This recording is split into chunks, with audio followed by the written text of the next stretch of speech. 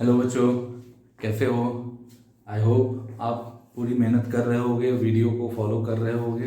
ठीक है, अब वक्त भी कम है। तो जैसा कि लास्ट वीडियो में हमने देखा था कि गॉस लॉ को हम कैसे अप्लाई करते हैं, और गॉस लॉ का क्या यूज़ था कि इलेक्ट्रिक फील्ड अगर पॉइंट चार्ज के अलावे, यानी डॉट जो होता है पॉइंट चार्ज के अलावे किसी भी तरह का बॉडी हो, तो हम गॉस लॉ की मदद से इलेक्ट्रिक फील्ड निकाल सकते हैं।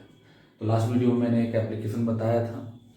अब आप देख सकते हैं यहाँ पे 4 पॉइंट दिया गया है। पहला है electric field due to infinitely long uniformly charge wire. इसको अगर हिंदी में बोले तो वैद्युत क्षेत्र क्या, इनफाइनाइटली, बहुत लंबा, इनफाइनाइटली लॉन्ग, बहुत लंबा, यूनिफॉर्मली चार्ज वायर, एक समान चार्ज वायर यानी आवेशित तार। ठीक है, उसकी वजह से एक, अगर हम मान लिए कि ये तार है, ये दिखाया गया वायर है, इस वायर में ये डॉटेड ऐसे कर दिया गया, इसका मतलब ये होगा कि लंबाई इसकी इधर बहुत है, इधर भी इसकी बहुत है। ठीक है, इस तार की वजह से या वायर की वजह से जो चार्ज वायर है, और एक आर डिस्टेंस पे हम लोग इलेक्ट्रिक फील्ड निकाल रहे हैं, ये आर है। तो इसको कैसे निकाला जाएगा? तो इसको निकालने के लिए हमें गॉस लॉ की मदद लेनी होगी। गॉस लॉ क्या कहता है कि सबसे पहले आप डिसाइड कीजिए कितने डिस्टेंस पे निकालना है उस बॉडी से। तो इतने डिस्टेंस पे निकालना है, तो आप उस बॉडी को घेरने की कोशिश कीजिए गॉसियन सरफेस से। कैसे? तो अगर वो, जैसा कि कल लास्ट क्लास में हमने देखा कि डॉट अगर है तो आप ऐसे करके स्फेरिकल ले लीजिए। अभी लाइन चार्ज बॉडी है यानी कि वायर है इसमें, तो इसमें सिलिंड्रिकल ले लीजिए यानी बेलनाकार। तो ये क्या है? गॉसियन सरफेस है। ठीक है, तो इस तरीके से इसको घेरा गया। ओके, अब इसमें आप 3 तरह का सरफेस है। एक है, 3 तरह नहीं कहेंगे, 2 तरह का सरफेस है। एक है सर्कुलर अपर यानी वृत्ताकार, एक यहाँ भी वृत्ताकार है। ठीक है, तो इस सरफेस की बात करें तो इस पे अगर हम देखें तो लैम्डा जो होता है, लैम्डा क्या होता है? लीनियर चार्ज डिस्ट्रीब्यूशन होता है। तो लैम्डा, ये वीडियो आप देखना, उसमें दिया हुआ है, लास्ट के वीडियो सब देखोगे तो आपको कंटिन्यूस चार्ज डिस्ट्रीब्यूशन टॉपिक था, जिसमें लैम्डा, सिग्मा और रो के बारे में बताया गया था, यानी linear charge density, surface charge density और वॉल्यूम चार्ज डेंसिटी।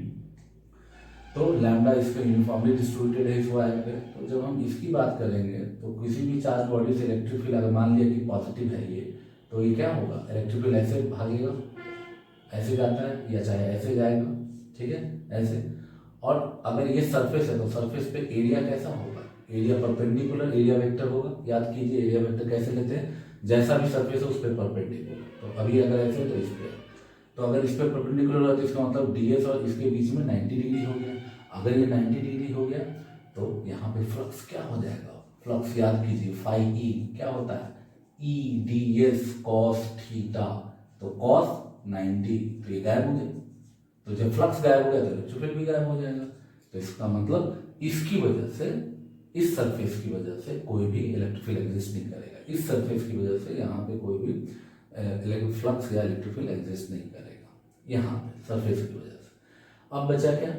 ये कर्व सरफेस। कर्व सरफेस मतलब ये जो राउंड होता है ये पूरा कर्व सरफेस। इसकी बात करें तो जिस पॉइंट पे इलेक्ट्रिक फील्ड निकालना है हमें, तो उसको अगर हम थोड़ा सा समझ लें कि ये है सरफेस, तो सरफेस पे एरिया वेक्टर क्या हो जाएगा? ठीक है, ds, या हम इसको dA कर लेते हैं। ठीक है, और इलेक्ट्रिक फील्ड भी इसी तरफ आएगा, तो इसका मतलब दोनों पैरेलल है। तब हमारा फाई ई जो होता है फॉर्मूले से, वो क्या हो जाएगा? E D A cos 0 degree. क्यों? क्योंकि ई भी इस तरफ और डीए भी इस तरफ। अब हम जानते हैं गॉस लॉ से फाई क्या होता है? Charge enclosed by epsilon not, यानी इस गॉसियन सरफेस के अंदर का चार्ज। तो अंदर का चार्ज पता करने के लिए मैं मान लेता हूं इसका लेंथ L है। तो आप बताइए क्या होता है? लैम्डा इक्वल्स टू कोई बताएगा? याद कीजिए, लैम्डा मैंने बताया हुआ है कंटिन्यूस चार्ज डिस्ट्रीब्यूशन में, चार्ज पर यूनिट लेंथ। तो यहाँ पे क्या हो जाएगा? तो फाई गॉस लॉ से क्या होता है? Charge inside. तो चार्ज इक्वल टू क्या हो जाएगा? Lambda into L. तो लैम्डा इंटू एल और बाई एप्सिलॉन नॉट, ये हो गया Gauss law. Phi equals to charge inside by epsilon naught, Gauss law last video में हमने पढ़ा था। ये ई रह जाएगा, और एरिया, इस कर्व सरफेस एरिया का फॉर्मूला क्लास 10 से हम लोग पढ़ते आ रहे हैं, 2 पाई आर, और एच या हाइट क्या हो गया? एल। ठीक है, और कॉस 0 1 हो गया। तो अब आप देख सकते हैं कि ये L और ये L कैंसिल, तो E इक्वल टू देखिए तो क्या वही आ गया lambda by 2 pi epsilon naught R. तो डेरिवेशन बहुत आसान है, तो इस तरीके से यहाँ पे आया। तो हमने ये यहाँ पे देखा कि E equal to lambda by 2 pi epsilon naught R कैसे आता है, जहाँ पे R क्या हो गया हमारा, उस वायर से R डिस्टेंस जहाँ पे इलेक्ट्रिक फील्ड बताना है। लैम्डा क्या है, तो आप लैम्डा के लिए याद रखिए वेयर लैम्डा क्या है हमारा charge per unit length. Clear, okay. अब आते हैं इसी तरह से electric field due to uniformly charge spherical shell. Spherical shell जैसे बॉल होता है, आपने देखा होगा एक खाली बॉल, मतलब एक प्लास्टिक का बॉल या कॉस्को बॉल वगैरह क्या होता है, अंदर से खाली होता है, ठीक है, उसको आप दबा सकते हैं। तो अंदर से जो खाली होता है, जो स्फेयर होता है, तो उसको हम स्फेरिकल शेल बोलते हैं। तो इसके बारे में लिखा है कि एक ऐसा शेल जो स्फेरिकल हो, ठीक है, और वो यूनिफॉर्मली चार्ज यानी एक जैसा चार्ज हो, तो उसकी वजह से इलेक्ट्रिक फील्ड निकालना है।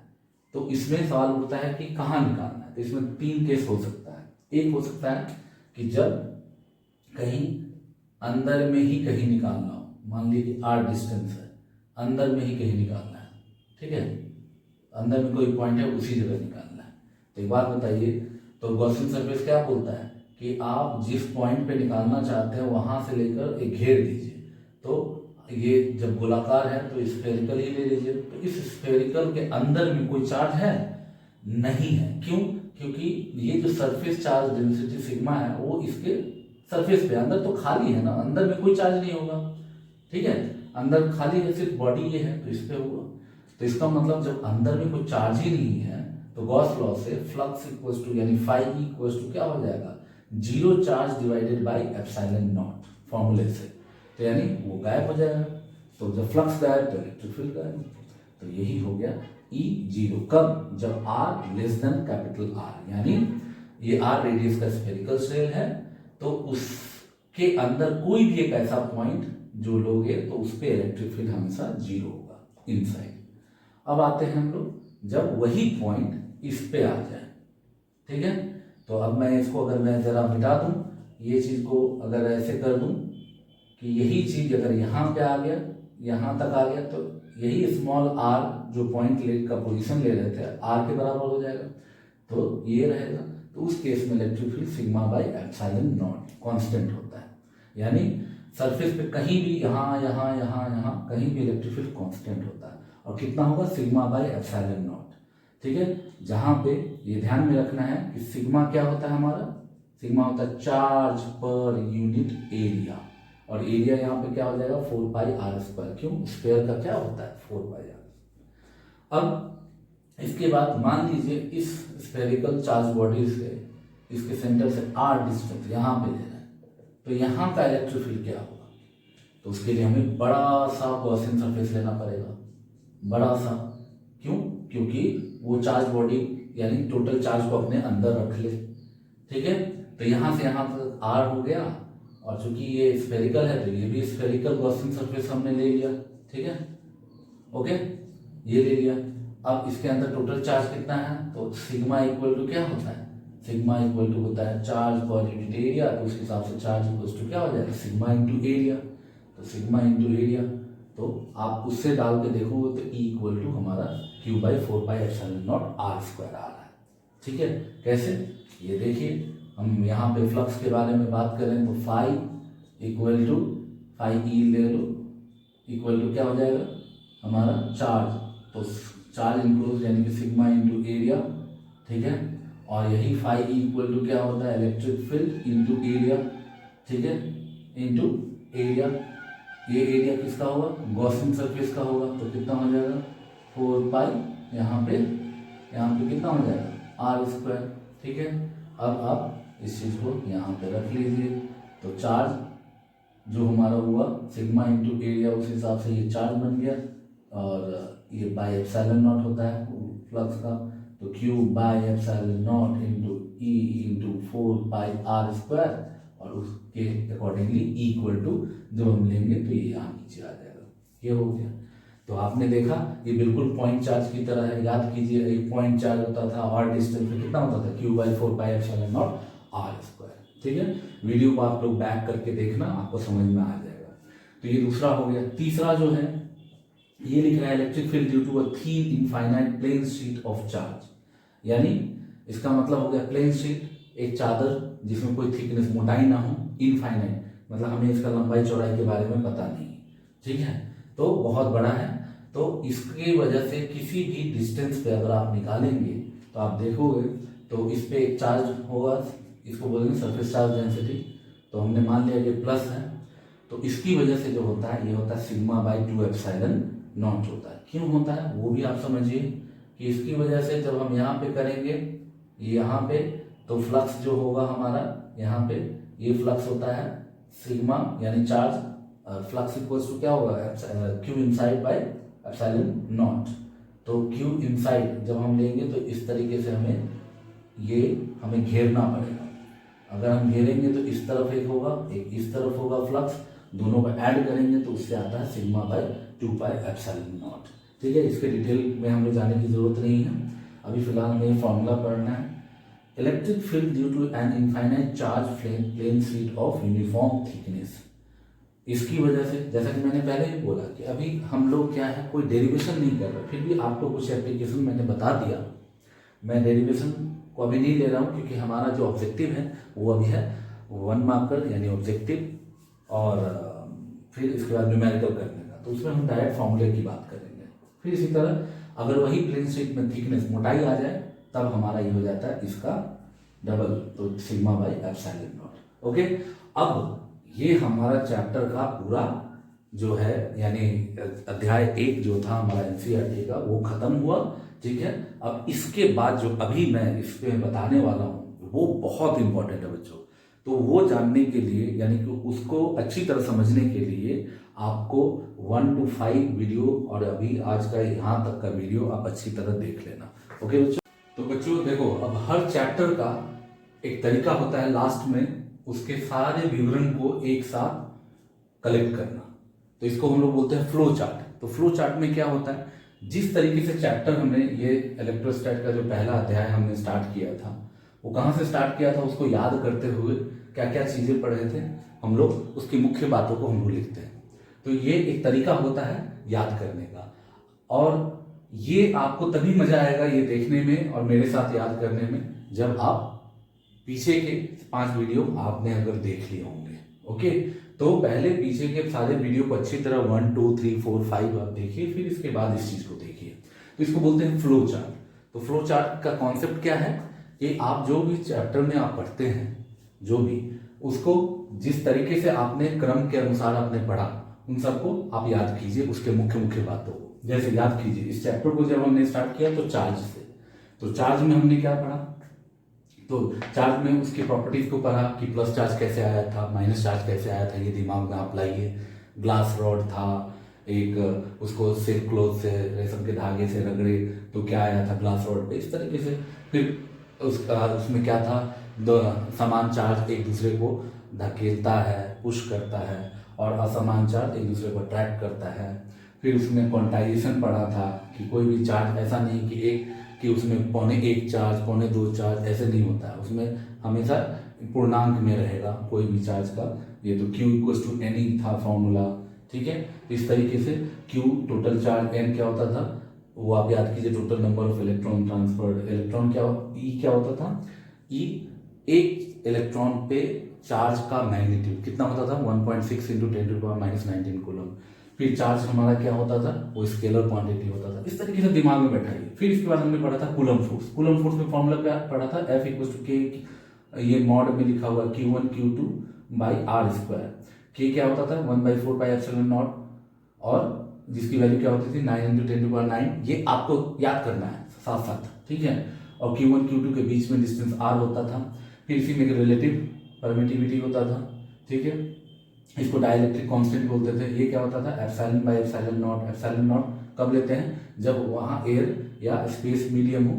ठीक है, और एप्सिलॉन कब लेते हैं, जब उसके अलावा और कोई भी मीडियम लेते हैं। इस तरीके से आपको दिमाग में बैठाना है। फिर कूलम फोर्स के बाद हमने इलेक्ट्रिक फील्ड पढ़ा। हाँ, मैं यहाँ याद दिला दूँ, कूलम्ब फोर्स क्या होता था, वेक्टर क्वांटिटी होता था, क्योंकि force vector quantity. Electric field ये भी वेक्टर क्वांटिटी होता था। फिर इसमें E क्या होता था, E equals to F by Q, जहाँ पे F क्या है, वो फोर्स है जो ये टेस्ट चार्ज महसूस करता है इस इलेक्ट्रिक फील्ड में। फिर ये E D two point charge क्या था, कि अगर एक क्यू चार्ज है तो r डिस्टेंस पे इलेक्ट्रिक फील्ड का वैल्यू क्या होगा, q by 4 pi epsilon naught r square. इस तरीके से जल्दी जल्दी।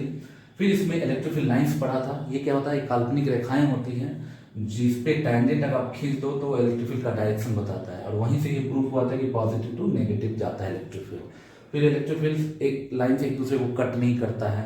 फिर इलेक्ट्रिक फील्ड लाइन कभी भी लूप नहीं बनाता है, मतलब एक जगह से निकलता है, कहाँ से निकलता है, पॉजिटिव चार्ज से, और नेगेटिव चार्ज पे खत्म हो जाता है। ठीक है, तो इस तरीके से है ये इलेक्ट्रिक फील्ड लाइंस का प्रॉपर्टीज, मैंने आपको वो आप देख लेना। फिर इसके बाद हमने पढ़ा डायपोल। डायपोल क्या होता था, डायपोल में एक सिस्टम होता था जिसमें दो ध्रुव होते थे, प्लस और माइनस, उसके बीच का डिस्टेंस 2a होता था, दोनों पे मैग्नीट्यूड एक जैसा ही होता था। तो q चार्ज है और उन दोनों के बीच का डिस्टेंस 2a। तो p ये क्या कहलाता था, डायपोल मोमेंट कहलाता था। हिंदी में बोलते द्विध्रुव आघूर्ण बोल जिसको बोलते हैं। ठीक है, तो ये हो गया। फिर इसी इलेक्ट्रिक डायपोल की वजह से इलेक्ट्रिक फील्ड, तो E क्या है, E एक्सियल। एक्सियल कब होता है, जब ये डायपोल है उससे उसके सेंटर से r डिस्टेंस पे, इसी लाइन पे, चाहे इधर इसी एक एक्सिस पे, तो वो क्या होता था, k into 2p by R Q. तो ये सेंटर से r डिस्टेंस पे, जहाँ पे p क्या है ये, और k क्या होता है 1 बाई 4 पाई एप्सिलॉन। यहाँ पे ध्यान देने वाली बात, इस केस में एक्सियल पोजीशन में इलेक्ट्रिक फील्ड और इलेक्ट्रिक डायपोल मोमेंट का डायरेक्शन एक ही होता था। याद कराएं कि p भी वेक्टर क्वांटिटी है और इसका डायरेक्शन होता था नेगेटिव चार्ज से पॉजिटिव चार्ज, और इलेक्ट्रिक फील्ड का डायरेक्शन होता है पॉजिटिव टू नेगेटिव चार्ज। ठीक है, फिर बच्चों ये सब अगर आपने 1 to 5 पूरी ईमानदारी से अगर आपने किया है, बहुत मजा आएगा ये फ्लो चार्ट को पढ़ने में मेरे साथ। ठीक है, और यकीन मानिए अगर आपने उसको अच्छी तरह अगर अभी भी नहीं देखा है तो प्लीज पूरी ईमानदारी से उसको जाके 1 to 5 जो भी वीडियो है फिजिक्स का उसको आप देखिए, उसके बाद ही इस वीडियो को देखिए। तो आपको लग रहा हो कि सर तो बहुत जल्दी जल्दी बता रहे हैं, लेकिन ये जल्दी जल्दी भी आपके लिए बड़ा आसान होगा जब आप पांचों वीडियो को देख चुके होंगे। ओके, इक्वेटोरियल पोजीशन का मतलब था कि डायपोल जो है इस तरह से है, तो फिर उस पे परपेंडिकुलर अगर एक लाइन लेंगे उस पे r डिस्टेंस, तो इसको बोलते थे यहाँ पे इलेक्ट्रिक फील्ड निकालना, तो इस पे लंबवत यहाँ पे निकालना r डिस्टेंस पे मिड पॉइंट, तो वो इक्वेटोरियल पोजीशन। तो उसमें क्या होता था k into P by R Q. इसमें क्या होता था, इलेक्ट्रिक फील्ड और इलेक्ट्रिक डायपोल मोमेंट का डायरेक्शन अपोजिट होता है, यहाँ अपोजिट है, यहाँ पे पैरेलल है, ये याद रखना है।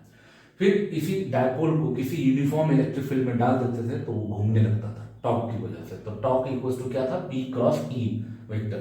और जिन बच्चों ने पूरी ईमानदारी से वीडियो पढ़ा हुआ है, वो देखा हुआ है, ठीक है, ठंड है बच्चों, कभी ये मार्कर गिर जा रहा है तो कभी शब्द अलग निकल जा रहे हैं। ओके, ठंड लग रही है, ठीक है, तो हंस लो मन ही मन, लेकिन देखो तो टॉर्क, तो यहाँ पे क्या है कि जब डायपोल को रखते हैं उस यूनिफॉर्म इलेक्ट्रिक फील्ड में तो वो घूमने लगता है, क्यों, टॉर्क उस पर लगता है। तो आप उसको रिवाइज कर लो, देख लो पिछले वीडियोस में। तो torque equals to P cross E, तो या स्केलर फॉर्म में torque equals to P E sine theta.